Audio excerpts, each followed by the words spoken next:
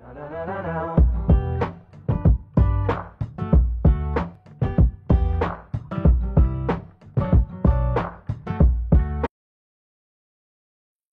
arômes sont des substances ajoutées à des denrées dans le but de leur donner une odeur ou un goût.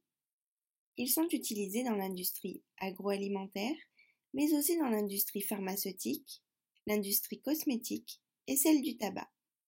Il est important de différencier les arômes synthétiques des arômes naturels. Les arômes synthétiques sont composés soit de molécules inexistantes dans la nature, soit de matières premières identiques aux naturelles obtenues par des procédés de synthèse.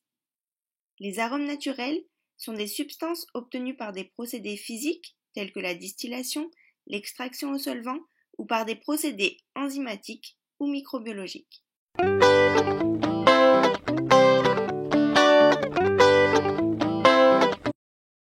Les truffes sont des champignons symbiotiques qui ne peuvent se développer qu'en liaison avec un arbre.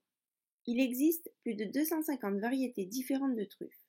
Toutes ne sont pas comestibles ou même consommables, certaines sont grandement recherchées pour leurs parfums subtils, tels que la Tuber melanosporum, la Tuber magmatum, la Tuber ancinatum ou encore la Tuber aestivum.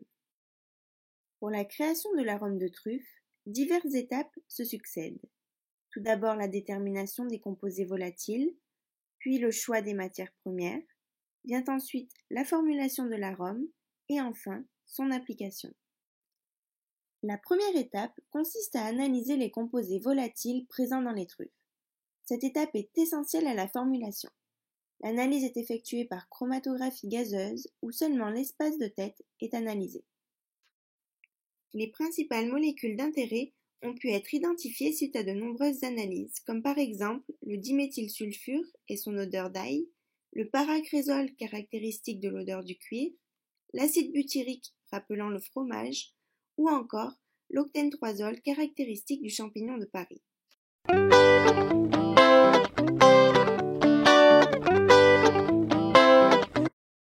Nous choisissons les matières premières qui vont constituer l'arôme. Nous goûtons chacune d'elles séparément dans de l'eau afin de juger leur intensité aromatique. Nous procédons ensuite au pesé en suivant une formule définie. Cela constitue la top note de l'arôme. En fonction de l'application choisie, d'autres ingrédients peuvent être ajoutés. Une fois l'arôme prêt, il peut être appliqué. Pour pallier aux différentes pertes aromatiques, mais aussi pour développer des goûts susceptibles d'attirer les consommateurs, les industriels ont donc recours aux arômes.